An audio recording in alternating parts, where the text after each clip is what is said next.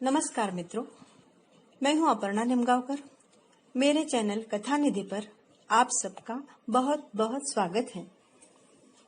आज मैं आपके लिए लेकर आई हूं मन्नू भंडारी द्वारा लिखित एक कहानी अकेली। मन्नू भंडारी आज के हिंदी साहित्यकारों में अग्रणी लेखिका हैं। वैसे तो उन्होंने अपने समकालीन समर्थ लेखकों की तरह ही जीवन के सभी पहलुओं पर सशक्त कहानियां लिखी हैं, लेकिन उनकी कहानियों में नारी जीवन के उन अंतरंग अनुभवों को विशेष रूप से अभिव्यक्ति मिलती है जो प्रायः पुरुष लेखकों की रचनाओं में नहीं मिलती।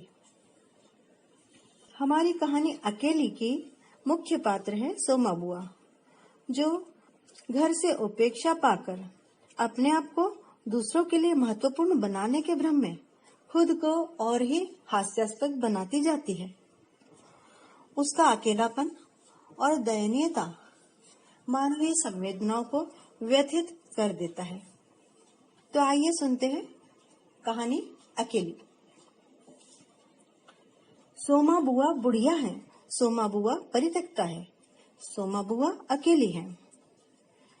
सोमा बुआ का जवान बेटा क्या जाता रहा, उनकी अपनी जवानी ही चली गई। पति को पुत्र वियोग का ऐसा सदमा लगा कि वे पत्नी घर बार तज कर तीर्थवासी हुए और परिवार में ऐसा कोई अन्य सदस्य था नहीं जो उनके एकाकीपन को दूर करता। पिछले 20 वर्षों से उनके जीवन की इस एक रास्ता में किसी प्रकार का कोई व्यवधान उपस्थित नहीं हुआ, कोई परिवर्तन नहीं आया। यूं हर साल 1 महीने में उनके पति उनके पास आकर रहते जरूर थे, पर कभी उन्होंने पति की प्रतीक्षा नहीं की, उनकी राह में आंखें भी नहीं बिछाई। जब तक पति रहते उनका मन और भी मुरझाया हुआ रहता, क्योंकि पति के स्नेहहीन व्यवहार का अंकुश उनके रोजमर्रा के जीवन की अबाध गति से बहती स्वच्छंद धारा को कुंठित ही कर देता था।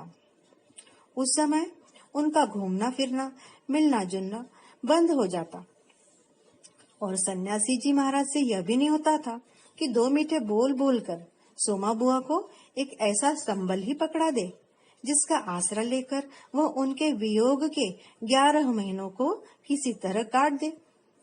इस स्थिति में बुआ को अपनी जिंदगी पास पड़ोस वालों के भरोसे ही काटनी पड़ती थी।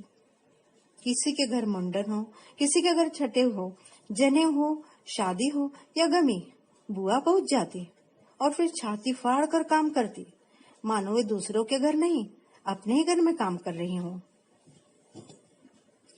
आजकल सोमा बुआ के पति आए हुए हैं और अभी अभी कुछ कहा से नहीं हो कर चुकी है।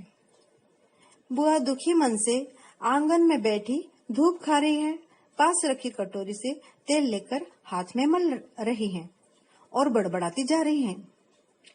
इस 1 महीने में अन्य अवयवों के शिथिल हो जाने के कारण उनकी जीभ ही सबसे अधिक सजीव और सक्रिय हो जाती है।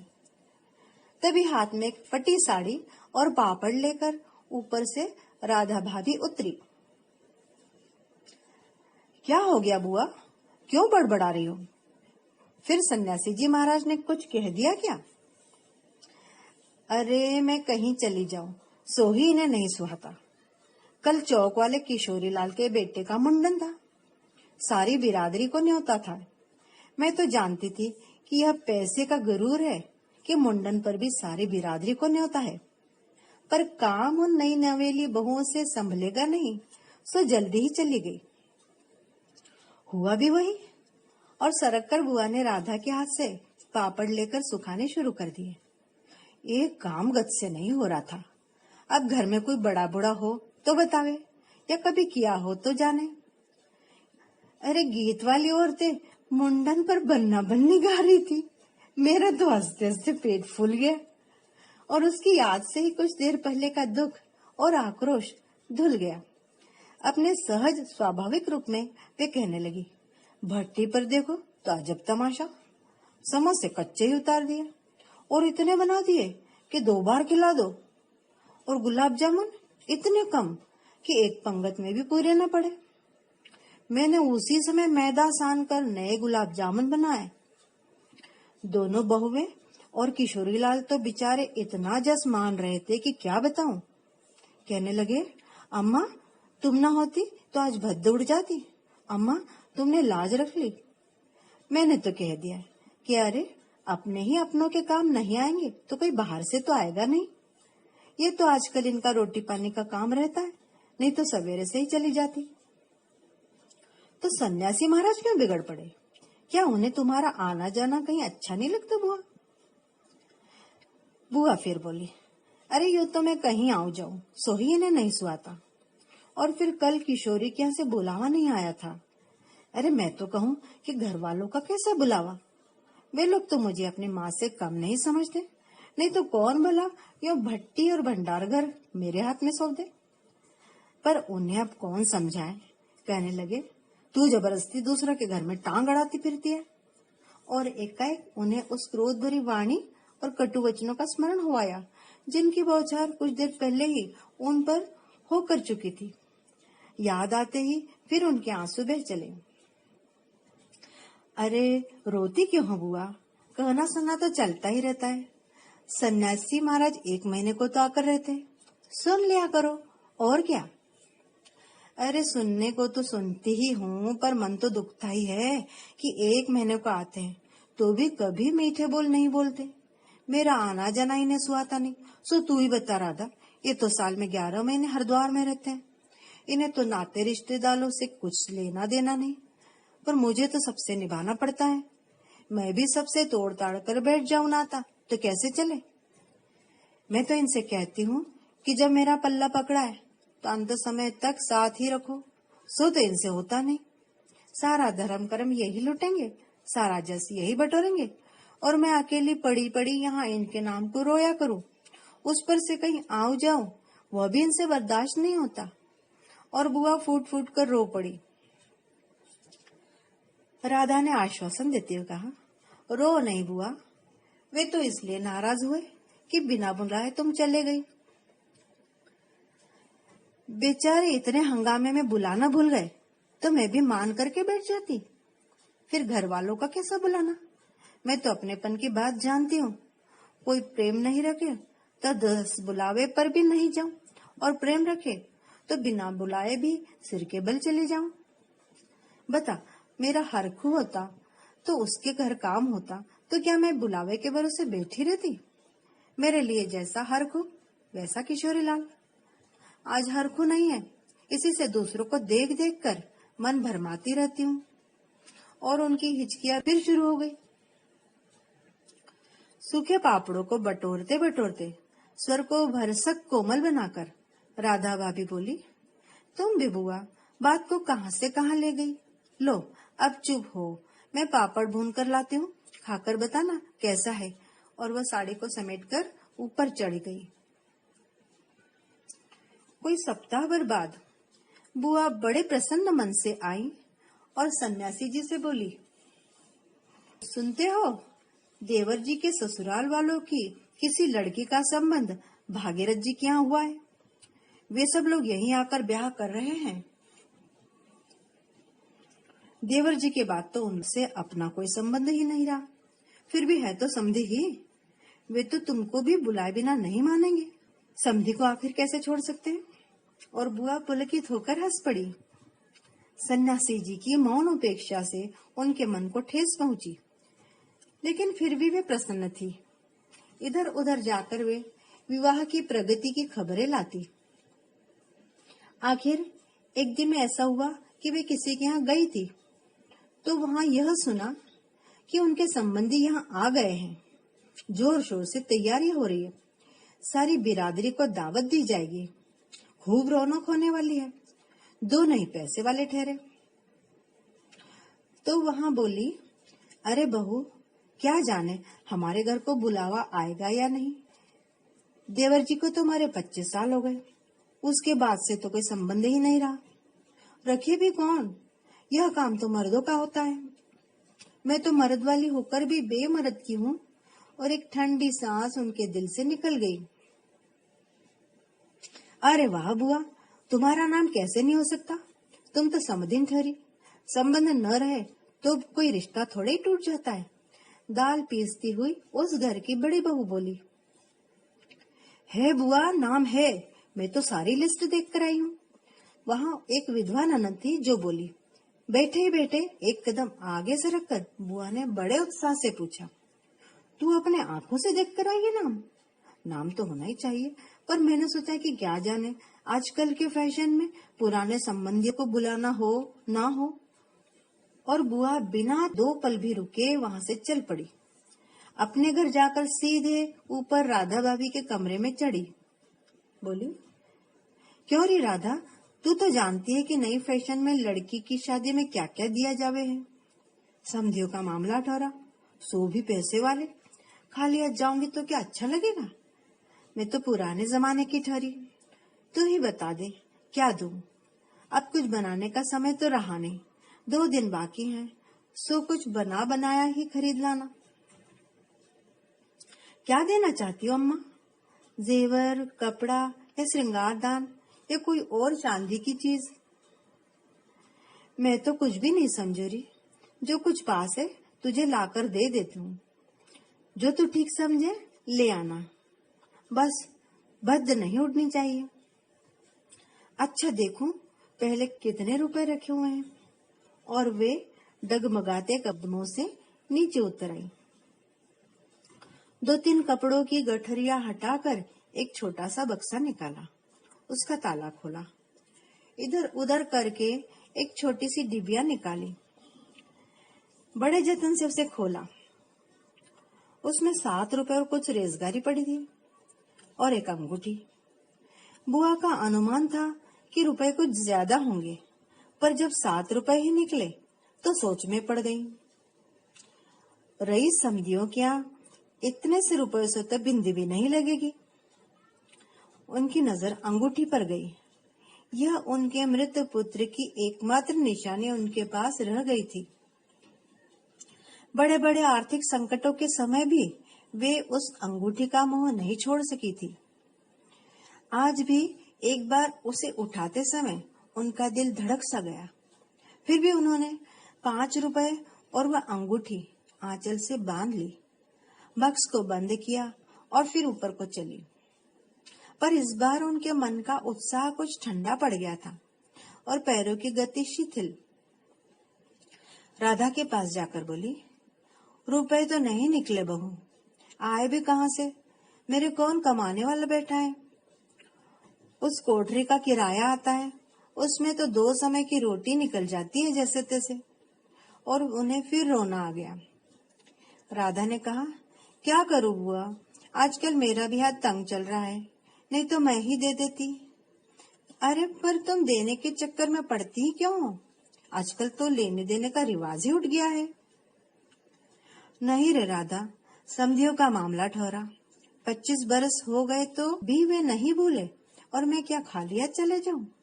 नहीं नहीं, इससे तो ना जाऊं सो ही अच्छा। तो जाओ ही मत, चलो छुट्टी हुई, इतने लोगों में किसे पता लगेगा कि आई या नहीं? राधा ने सारी समस्या का सीधा सा हल बताते हुए कहा। नहीं नहीं, बड़ा बुरा मानेंगे, सारे शहर के लोग आएंगे और मैं समधिन होकर नहीं जाऊंगी तो यही समझेंगे कि देवर जी मरे तो इन्होंने संबंध तोड़ लिया। नहीं नहीं, तू ऐसा कर, तू अंगूठी बेच ही दे। और उन्होंने आंचल की गांठ खोलकर एक पुराने जमाने की अंगूठी राधा के हाथ पर रख दी। फिर बड़ी मिन्नत के स्वर में बोली, तू तो बाजार जाती रहती है राधा, इसे बेच देना और जो कुछ ठीक समझे खरीद लेना, बस शोभा रह जाए इतना ख्याल रखना। तभी गली में बुआ ने चूड़ी वाले की आवाज सुनी तो एकाएक उनकी नजर अपने हाथ की भद्दी मटमैली चूड़ियों पर जाकर टिक गई। कल समधियों के यहाँ जाना है, जेवर नहीं है तो कम से कम कांच की चूड़ी तो अच्छी पहन लूं। पर एक अव्यक्त सी लाज ने उनके कदमों को रोक दिया, कोई देख लेगा तो? लेकिन दूसरे क्षण अपनी इस कमजोरी पर विजय पाती सी वे पीछे के दरवाजे पर पहुंच गई और 1 रुपया कलदार खर्च करके लाल हरी चूड़ियों के बंद पहन लिए। लेकिन सारे दिन हाथों को साड़ी की आंचल से ढके ढके फिरी। शाम को राधा भाभी ने बुआ को चांदी की एक सिंदूरदानी, एक साड़ी और एक ब्लाउज का कपड़ा लाकर दे दिया। सब कुछ देख पाकर बुआ बड़ी प्रसन्न हुई और यह सोच सोचकर कि जब वे यह सब देंगी तो उनकी समधिन पुरानी बातों की दुहाई दे देकर उनकी मिलनसारिता की कितनी प्रशंसा करेंगी। उनका मन पुलकित होने लगा। अंगूठी बेचने का गम भी जाता रहा। पास वाले बनिया के यहाँ से एक आने का पीला रंग लाकर रात में उन्होंने साड़ी भी रंग दी। शादी में सफेद साड़ी पहनकर जाना क्या अच्छा लगेगा। रात में सोई तो मन कल की ओर दौड़ रहा था। दूसरे दिन 9 बजते बजते खाने का काम समाप्त कर डाला। अपनी रंगी हुई साड़ी देखी तो कुछ जची नहीं। फिर ऊपर राधा के पास पहुंची। बोली, क्यों रे राधा, तू तो रंगी साड़ी पहनती है, वो तो बड़ी आप दिखती है, चमक भी रहती है, इसमें तो चमक आई नहीं। अरे बुआ, तुमने कलब जो नहीं लगाया, थोड़ा सा मांड दे देती तो अच्छा रहता। अभी दे लो, ठीक हो जाएगी।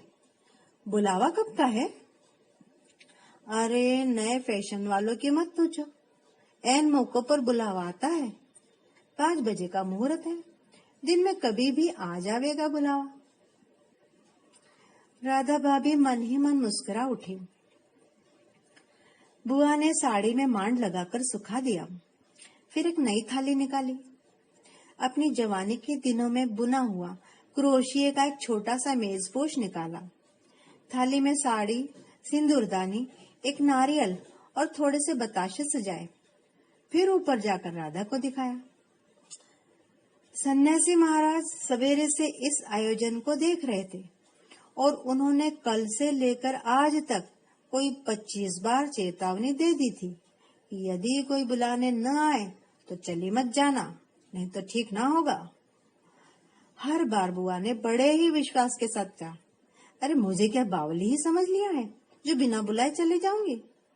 अरे वो तो पड़ोस वालों की नंदा अपनी आंखों से बुलावे की लिस्ट में अपना नाम देख कर आई है, और बुलावेंगे क्यों नहीं। शहर वालों को बुलाएंगे और समधियों को नहीं बुलाएंगे क्या। 3 बजे के करीब बुआ को अनमने भाव से छत पर इधर उधर घूमते देख राधा भाभी ने आवाज लगाई, गई नहीं बुआ?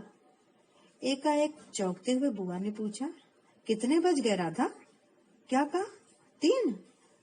सर्दी में तो दिन का पता ही नहीं लगता है, बजे 3 ही है और धूप सारी छत से ऐसे सिमट गई मानो शाम हो गई है। फिर एकाएक जैसे ख्याल आया कि यह तो भाभी के प्रश्न का उत्तर नहीं हुआ, तो जरा ठंडे स्वर में बोली, मुहूर्त तो 5 बजे का है, जाऊंगी तो 4 बजे तक जाऊंगी, अभी तो 3 ही बजे है। बड़ी सावधानी से उन्होंने स्वर में लापरवाही का पुट दिया। बुआ छत पर से गली में नजर फैलाए खड़ी थी। उसके पीछे ही रस्सी पर धोती फैली हुई थी जिसमें कलफ लगा हुआ था और अभ्रक भी छिड़का हुआ था। अभ्रक के बिखरे हुए कण रह रह कर धूप में चमक जाते थे। ठीक जैसे ही किसी को गली में घुसता देख बुआ का चेहरा चमक उठता था। 7 बजे के धुंधलके में राधा ने ऊपर से देखा तो छत की दीवार से सटी गली की ओर मुंह किए एक छाया मूर्ति दिखाई दी। उसका मन भर आया। बिना कुछ कहे, बिना कुछ पूछे इतना ही कहा, बुआ, सर्दी में खड़ी खड़ी यहाँ क्या कर रही हो? आज खाना नहीं बनेगा क्या? 7 तो बज गए। जैसे एकाएक नींद में से जागते हुए बुआ ने पूछा, क्या कहा? 7 बज गए? फिर जैसे अपने से ही बोलते हुए बोली, पर 7 कैसे बज सकते हैं? मुहूर्त तो 5 बजे का था। और फिर एकाएक ही सारी स्थिति को समझते हुए स्वर भरसक संयत बनाकर बोली, और खाने का क्या है, अभी बना लूंगी, 2 जनों का तो खाना है, क्या खाना और क्या पकाना। फिर उन्होंने सूखी साड़ी को उतारा, नीचे जाकर अच्छी तरह उसकी तह की, धीरे धीरे हाथों से चूड़ियां खोली, थाली में सजा हुआ सारा सामान और सारी चीजें बड़े जतन से अपने एकमात्र संदूक में रख दी और फिर बड़े ही बुझे हुए दिल से अंगीठी जलाने लगी। तो यहाँ हमारी कहानी समाप्त होती है। आशा करती हूँ कि मेरी यह कहानी आपको पसंद आई होगी। ऐसी ही ढेरों कहानियां सुनने के लिए आप हमारे चैनल से जुड़े रहें, लाइक करें, शेयर करें और कमेंट करें। साथ ही अगर सब्सक्राइब ना किया हो तो जरूर करें। कहानी सुनने के लिए बहुत बहुत धन्यवाद।